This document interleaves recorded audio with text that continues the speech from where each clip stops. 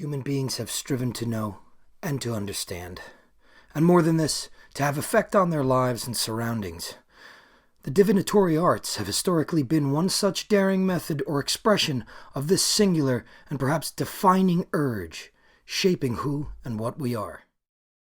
I'm Ike Baker, and this is Arcanvm.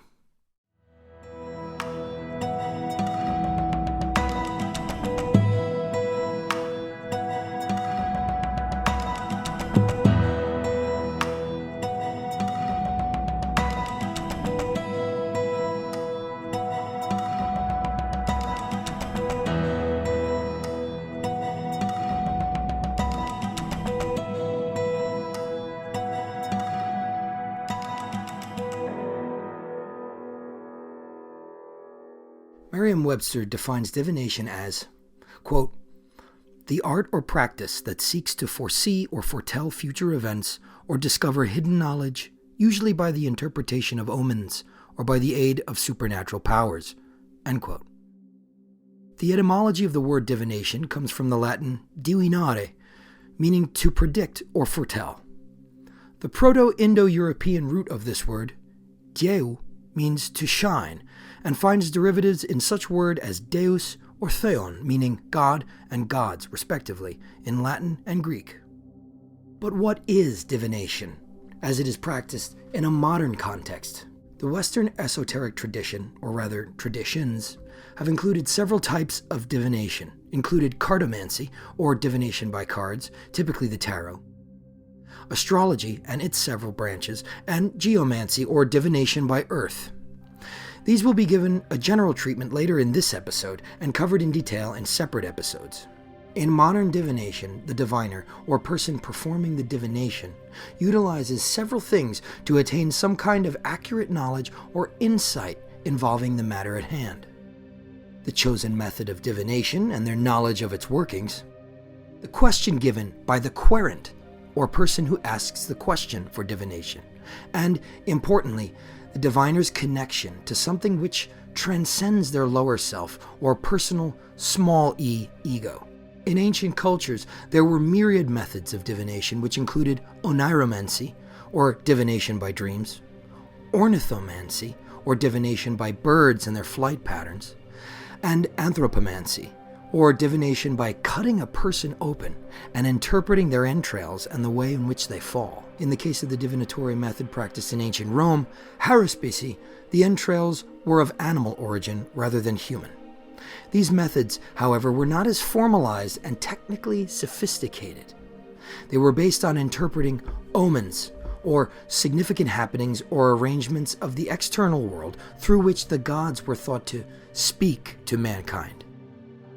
The Egyptian Neoplatonist Iamblichus of Chalcis, who lived in the 2nd and 3rd centuries CE, was arguably the first Platonic philosopher to promote Theurgy, or Theurgy, God-working. From his works, specifically De Mysteriis, or On the Mysteries, we derive much of what we understand to be the ancient technical mechanisms behind divination. Iamblichus designated between two types of divination, namely true and artificial divination. In his conception, divinatory accuracy was dependent on, quote, proximity to the gods. That is, how transcendent a state above normal consciousness the practitioner could reach during the divination, so that their interpretation was not tainted by the filter of their own personality. Iamblichus addresses this by saying that it will be, quote, quite impossible for one to learn of these things by basing their conception of divination as something which can, quote, come into being, or in other words, existing purely in nature. His contention is that the diviner must be, quote, united to the gods in some way in order for true wisdom to be able to come through. He considers the oracular priestess at the famed Temple of Apollo at Delphi as having become a possession of the god. Again, speaking of the prophetess Didyma, Iamblichus said that she, quote, partakes of the divine. His theurgy was necessary preparation for divine contact, by means which he called sympathia, or sympathy. Sympathia can be broken down to the etymological root sim, with, and pathos, feeling. In this sense, then, divination was but one manifestation or aspect of the individual psyche or soul's ascent toward divine union, rather than the central focus thereof. The closer one comes to the divine, the more accurate the divination. That said, let's examine an idea at the very heart of the question of divination: free will and determinism. Determinism is the belief that all outcomes have been previously determined, and that there is no changing fate. Fate being a course of predetermined events. In this view, the human will can be no more than an unwitting victim subject to the vicissitudes of their destiny. Let's look at these words. The Greek fates were called moirai. In Greek, this word moira means allotment or a portion. We see the roles of the personifications of this force elaborated as the three moirai of Greek mythology, but more especially in their effect on the soul's journey in the material in the myth of in Plato's Republic. These were later called the fata in Rome, which is rooted in the Latin fatum, meaning decree. Finally, let's take a look at the word destiny, coming from the Latin destinare, meaning to make firm or establish. On the other hand, we have free will. Plato believed that a person was in a constant battle between their higher rational thoughts, the higher intellect which makes us human, and with which we partake of the divine, and the lower instincts, of the physical cravings and aversions, of which we inherit from the relationship of our material form to our higher consciousness, the animal aspect of our constituent being. It was in the overcoming of the lower by the higher, and being free from the impulses which pull them towards a chain of cause and effect, which negatively impacts both their outward and inner existences, that a person could express free will, the power to truly choose. Because if we cannot say no to something that we know which will bring negative or unhealthful consequences, then we are not choosing in the proper sense of the word. It only seems like choice, and this is determinism. Taking the middle way, we can see that there is both a deterministic component of material reality and a free will component. In other words, or as an analogy, we're all heading toward a specific end, but how we get there is up to us. This has obvious value both from a metaphysical and mundane interpretation. A Latin motto, popular among divinatory practitioners to describe this juxtaposition, is Astra inclinant sed non obligant. The stars incline us, but do not bind us.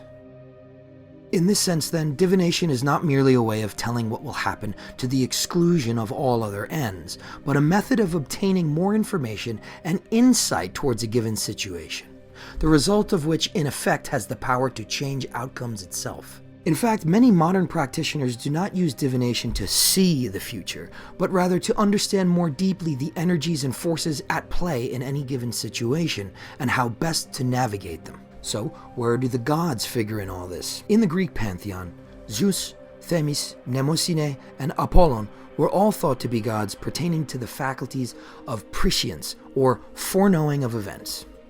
In the Egyptian pantheon, Horus was known for his foresight and thought for his wisdom of divinatory arts. In Mesopotamia, Nanshe was the goddess of dreams and divination. Interestingly, some of these gods bear significant relationships to key concepts regarding fate, determinism, and aspects of the human psyche. For instance, Themis was the Greek goddess of cosmic law and order. Her counterpart in Egypt was Ma'at, truth. Zeus was the governing and motive force behind that order. And so, in the ancient Greek conception, Zeus was thought to whisper knowledge to Themis from his throne upon highest Olympus. Mnemosyne literally means memory and directs our attention to the imaginal faculty of the human psyche. We may also refer here to the idea of anamnesis in Plato's works, or the soul's experience of all forms before manifestation in the material, and the idea that learning something is therefore actually remembering it, and that truth in Greek is aletheia, or alethi, not forgetting, or remembering. This demonstrates an association with the deep parts of the psyche, which we might refer to as the unconscious, or on a larger scale, the collective unconscious. Again, thought was the representative of higher faculties of human intellectual behavior, and while therefore not necessarily associated with the receptive state necessary in divination, he would be well associated with the technical methods of divination as such. We also see that divination and means of receiving knowledge and understanding most individuals are not typically privy to goes far enough back and was common and effective enough of a phenomenon that gods and goddesses were attributed to its occurrence, and science and entire temples and traditions built and maintained by priestly and oracular classes. We see the suffix mancy attached to many divination techniques, and this comes from the Greek word mantia. This word means divination, oracle, or prophecy, and is derived from mantis, a prophet or seer. Further still, mantis is derived from mainesthai, meaning to be or to go crazy. Madness. Yet to be touched by divine madness in ancient Greece was no bad thing. In fact, it was a method by which one was, as Iamblichus insisted, possessed by the divine. We see a relation to this in Plato's allegory of the cave. The person who had left the cave and seen the light of the agathon and had returned to the cave to tell others would of course seem completely mad to them. In this instance, it may be considered a type of illumination. At this point, we should differentiate between divination, oracle, and prophecy. Divination in the contemporary sense refers to practical methods whereby information and insight are procured regarding a particular question which may not have been reasonably obtainable by other methods. An oracle was, and perhaps still is, most typically associated with a state approximating passive trance mediumship, from which is derived pronouncements typically obscure about future events. Prophecy is a declaration or prediction made about future events under the assumption that the future, or at least the given future relating to this prophecy, is in fact at this point determined. A prophet does not typically have need to enter trance-like states, but derives prophecy directly from a god or gods and their relationship thereto. Oracle and prophecy in particular can yield vague and ambiguous answers and cryptic or enigmatic sentences amounting to what might seem like little more than gibberish. Divination, however, is considered by many to be the most reliable and effective method, not only because it relies on the competency of the diviner to interpret the methods, thereby balancing the locus of insight between the external manifestation, or how the cards fall in any given reading, and the ability of the practitioner to interpret this as, say, opposed to an oracle, but also because of its flexibility, taking into account both deterministic components of the situation as well as the part which free will does indeed play in affecting outcomes. The reading itself has the potential to alter the outcome. So, how is all this accomplished in terms of a modern magical point of view? Once again, avoiding dogmatic or theological interpretations, we'll list some theories as to the working mechanisms behind divination. The macro-micro model. We draw again from this Platonic Hermetic conception of creation as covered in Season 1, Episode 1, What is Magic? As above, so below. In the case of the above, we have the external or macrocosmic influences and factors of time, place, and circumstances leading up to any given session of divination. In the case of the below, we have the microcosmic moment in which the divination is being performed and interpreted. The macrocosmic influences impinge upon the moment, as say in shuffling and drawing the cards, and reading and interpreting them. Each given moment is in a state of flux, like a river of time. A moment is the product of its preceding moment. It is also the generative moment for a sequence of future events. Time, as we experience it, is in flux and therefore subject to a chain of cause and effect, dependent on every other moment or set of circumstances in every other place, more particularly in the localized worlds of the diviner and querent. Practitioner and author Sam Webster summarizes, quote, "The mechanism of chance is used as a means of harvesting the subtle effects of the world upon the reading. The undetermined arrangement of symbols through the randomizing of those symbols during, for example, the shuffling of the cards is made open to determination by those influences that can affect otherwise quote-unquote random events. The randomizing lays the symbols open to subtle manipulation. This is because there can be no true randomness in actuality, only in potential. Once the cards are shuffled, they must be in some determined order. What was the potential of randomness before the reading is now conditioned by the presence of the question and the questioner, and presents the influences it is able to express to the reader. What is needed is a way to harvest those influences adequately." End quote. Therefore, the past finds its expression in the present of the reading. In the case of an astrological chart, such as in the type of astrology known as horary, or predictive astrology, a question is asked, and the macrocosmic or planetary conditions at the precise time that the diviner comes to understand the question have bearing upon the delineation of the question and matter to which it relates. However, at this point, we have a need to extract a relevant and meaningful synthesis from that arrangement, which has the potential to transmit information or influences by way of the interpretation of the diviner. Here, we once again return to the idea of the gods speaking through omens. The early 20th century Viennese psychologist Carl Gustav Jung updated the idea of omens with his definition and use of the term synchronicity, or the acausal coarisal of events. The recognition and interpretation of synchronicity involves a species of inner knowing or guidance, which we may call intuition. As far as methods of divination, we know that they are comprised of sets of symbols. They are self-contained symbol systems, which are living. The intuitive understanding of these images and symbols as they relate to the influences of the world of the diviner and querent is dependent upon whether or not the method in use has a symbol which can effectively represent those influences to the intuition of the diviner. Therefore, the more complete a system is, or in other words, the more symbols it has, the more nuanced and complete the interpretation can be. In this way, by way of its symbols, the divinatory system maps experience onto itself, whereby the intuitive diviner interprets the synchronistic combinations and relationships thereof. In this way, some systems of divination are better suited to different types of questions than others. The tarot, for instance, is more suited to a question of life direction, needing to be nuanced and expressive, while geomancy perhaps is more suited to business and matters of wealth and finance. It should here be noted that divination alone is not a sound or advisable practice for basing your decisions. It should be used as an adjunct and taken in context with other information, as well as given time to assimilate into everything else you know and can gather about a given situation.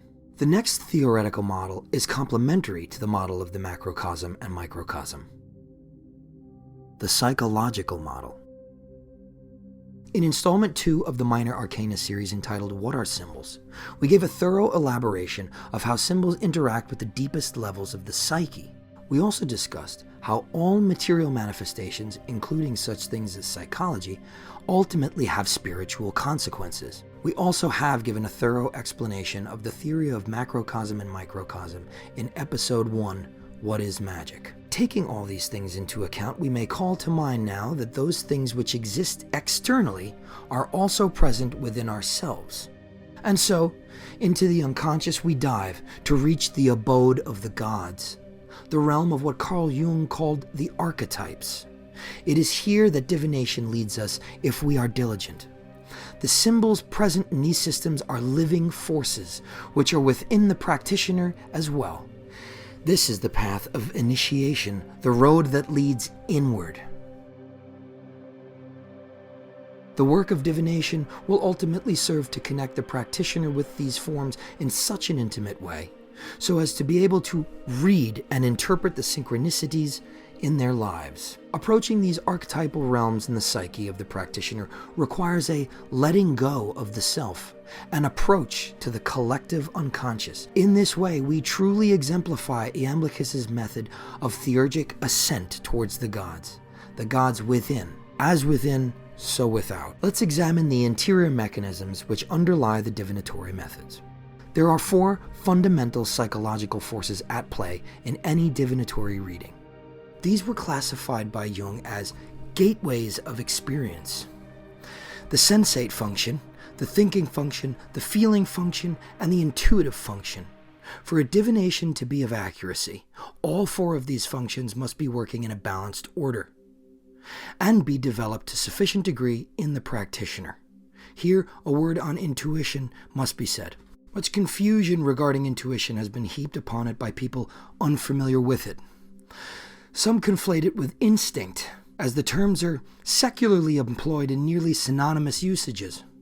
But to those that experience intuition, the distinction is vast. Instinct, on one hand, is typically associated with a kind of amalgam of evolutionarily vestigial activities of the limbic brain, associated typically with self or clan interests, a product of self-preservation and survival through the ages of primal development. Intuition, on the other hand, is an inner knowing that often defies what the external is communicating to the intellect. It transcends states of knowing confined to materialism. There are many states of knowing. It is a species of what the Greeks called gnosis. Those of us who have experienced intuition are typically those of us who have been obedient to its promptings.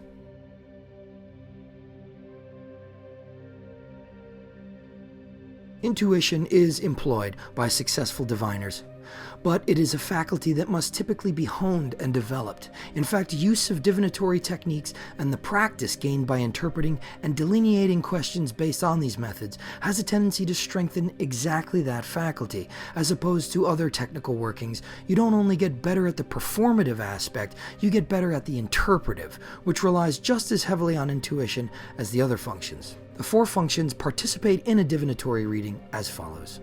The intuition and sensate functions communicate primarily by way of symbols. The sensate being the aspect of the individual that observes and records in the subconscious sensory impressions of the external world, later to present these again in the content of dreams. The sensate function is essentially cognate with both the subconscious and unconscious of the individual, and communicates with the thinking, feeling, or conscious ego of the individual through words and images, typically tied to thoughts and emotions. The sensate function sends the visual image to the thinking and feeling functions, which for purposes of this description will be condensed to the thinking-feeling function. It is then through the sensate function that the thinking-feeling function receives insight about the image from the intuitive function. The sensate function, presenting the image to the intuitive function, then opens itself to receive a mythic or archetypal symbol from the intuitive function. The sensate function then presents the archetypal symbol to the thinking-feeling function by way of associated words, ideas, images, feelings, and emotions. In large part, the reason for thorough symbolic vocabularies, such as are inculcated in systems like the Hermetic Order of the Golden Dawn, is to clear away and gradually replace existing available imagery, which may be generated from a place of trauma or error in the thinking, feeling, and sensate functions, with a cogent and accurate symbolic vocabulary, much like the symbol systems in divinatory methods themselves, which must, if to be reliable, have symbols which express the broadest variety of experience, and in a way more purely representative of the archetypal images available to the individual from the intuitive function. Archetypal images, as we have learned in our episodes on Plato, are forms which are universal in nature, and being such, find similarities and harmonies with specific types of imageries and symbols. For those familiar with the Kabbalah, which will be covered in a series in great detail, these 4 functions can be correlated thusly: the nefesh to the sensate function, the ruach to the thinking-feeling function, and the neshama to the intuitive function. Should any of these functions be unbalanced or dysfunctional, there will result some misperception in the reading. The most common being the feeling and intuitive functions being disproportionately underdeveloped to the thinking function. In the case of the feeling function being underdeveloped, The divination will likely be reduced to its merely intellectual correspondences, which will bear little to no fruit, since no living picture or context can be gleaned to bring forth necessary insight. If the intuitive function is underdeveloped, we will be left with mere images and no way to progress beyond the merely visual content. The imaginal faculty will again be left unable to bring the interpretation to life in a way that bears meaningful insight. If either of these are overdeveloped, or relied on more primarily than any other, there's a danger of whitewashing the divination, so that it is all positive and feel-good when, in fact, as in life, there may be negative or destructive things imminent, which the querent will not be given the full impact of, and essentially be robbed of the ability to begin to turn their attention preemptively towards something which may need their attention. There may also be a tendency to become wrapped up in the stream of images and symbols which become available and to run off, so to speak, to territory having very little to do with the matter at hand, a species of unconscious projection. In this way, divination is a means by which we contact our deep psychological and intuitive natures in a way that remains balanced and supportive of a whole. Masons will call to mind the 47th problem of Euclid, the Pythagorean triangle. What is so significant about this problem? It allows us to obtain an unknown from two knowns.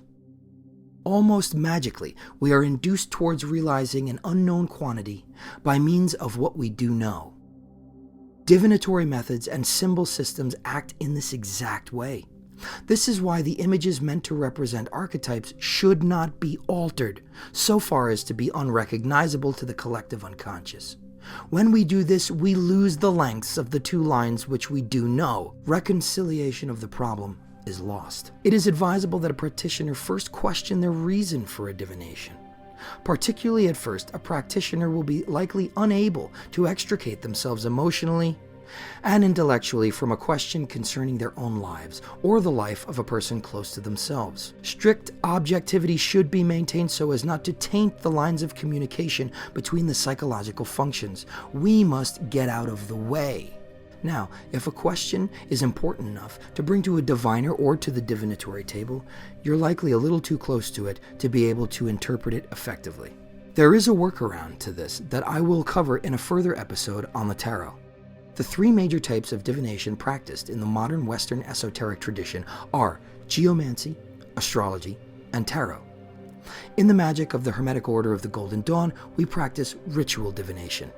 To balance energies inherent to a reading, as well as connect with the living force which underlies the symbol system of a particular divinatory method, we invoke particular forces and entities to assist us. This can be a powerful way to stabilize and introduce controls to the divinatory experiment. In this way, our praxis is a continuation of Iamblichus's Theurgy. Geomancy is divination by earth. In geomancy, the operative technique is called squilling, a process whereby the practitioner uses a stick or wand to tap the earth in random or intuitive sequences, which are then reduced to a binary of either odd or even, 1 or 2. From these are created the geomantic tetragrams, or 4 lines of binary. These tetragrams provide certain figures which have been named and categorized according to specific words, meanings, and correspondences. There are several methods of interpretation, including the most basic reading to a square chart in which the geomantic figures are placed within subquadrants representing the 12 houses of astrology. This is an ancient divination technique formalized in the Arabic world of antiquity under the name Ilm al-Raml, or science of the sand, and brought to an apex of art in the Renaissance. Astrology is as ancient an art and science as any in the occult domain. Its practice spans untold centuries, as it was once inseparable from astronomy. It is arguably the most technically complex of the divinatory methods and requires a course of study to last a lifetime. It is one of the highest sciences available in the field of esoteric study. Its theory is the very foundation of occult science. Its branches, including natal, electional, horary, synastry, and progressions, to name a few, require an in-depth knowledge of its symbols, such as the zodiacal and planetary glyphs and associated correspondences, the system of houses, the schema of dignities, and degrees of aspects. it is still an ever-growing and evolving field of study that transcends the merely divinatory. Its symbols are the language of magic itself.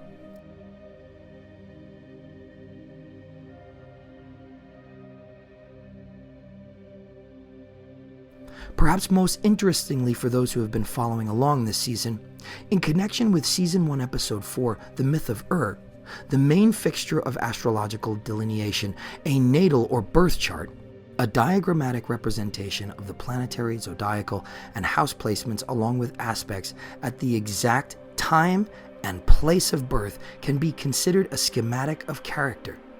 According to the Neoplatonic Hermetic conception of the spheres imprinting their dignities upon the blank psyche or soul on its descent toward incarnation, we have a schema of character, and as Heraclitus has said, character is destiny. Therefore, an individual's natal chart can be seen to be a schematic of their character, and therefore a picture of their destiny. Again, according to most schools of thought, a fate that inclines rather than binds. The tarot is a method of cartomancy, or divination by cards. It consists of a deck of 78 cards, 22 trumps or major arcana, and 16 court cards, and 40 suit cards which combine to form the minor arcana. Though claimed by many occultists to have its origin in the ancient days of Egypt, the oldest historical reference we have of the tarot is the Visconti Sforza Tarot, or 15 incomplete decks of triumphs, the etymological origin of the word trumps, which are now scattered across museums, libraries, and private collections all around the world. The tarot is a method of divination rich, overflowing even, with symbolic imagery, sumptuous colors, and deeply archetypal forms.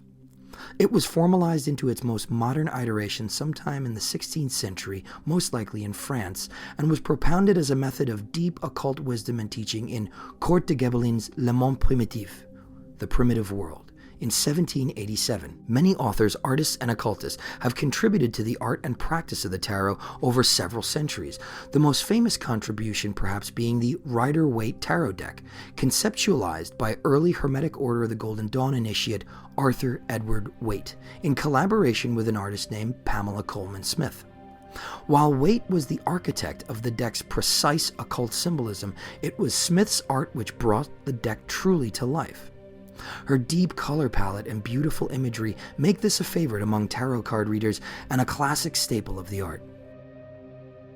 The Golden Dawn composed an intricate and thorough assignment of correspondences to the cards based on a Qabalistic system of associations, and designed an array of intricate multi-layered tarot spreads, as they are called, as well as detailed instructions for interpretation. We will be covering all of these divinatory methods in minute detail in further episodes, as well as covering practical applications and techniques on how to read and interpret in each system.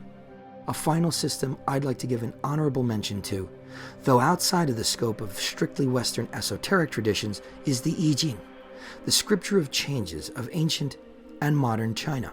I'll undoubtedly be giving this magnificent system of divination a philosophy in its own right, and perfect system of mathematical metaphysics its own due in an episode in the future. Lastly, in all this, let us not forget that these things are called the mysteries for a reason, and despite our best attempts to put them into words, they will remain transcendent of any logic we artificially impose upon them. Asking for a scientific answer to a spiritual question is like asking someone to speak in colors. One can never enter the other's domain. Still, with modern scientific vernacular and research veering inevitably toward a return arc on the circle of time toward the mystical and transcendent, the two languages are coming to a point where they may, in perhaps the not too far distant future, be reunited to their proper whole. What's your divinatory method of choice? Is there a mode of divination you wish I'd included? What has been your experience of interpreting a divination? Leave your thoughts in the comments section below. If you've enjoyed this video, feel free to like and subscribe to my channel, and remember to turn on all notifications. Please consider contributing to the Arcanvm Patreon for exclusive bonus videos, interviews, and tutorials, and to help me continue to produce more free content like this. Join me in the next video where we'll be diving deeper into the historical, theoretical, and practical sides of this and many other related topics. Thanks for watching. In Luke's.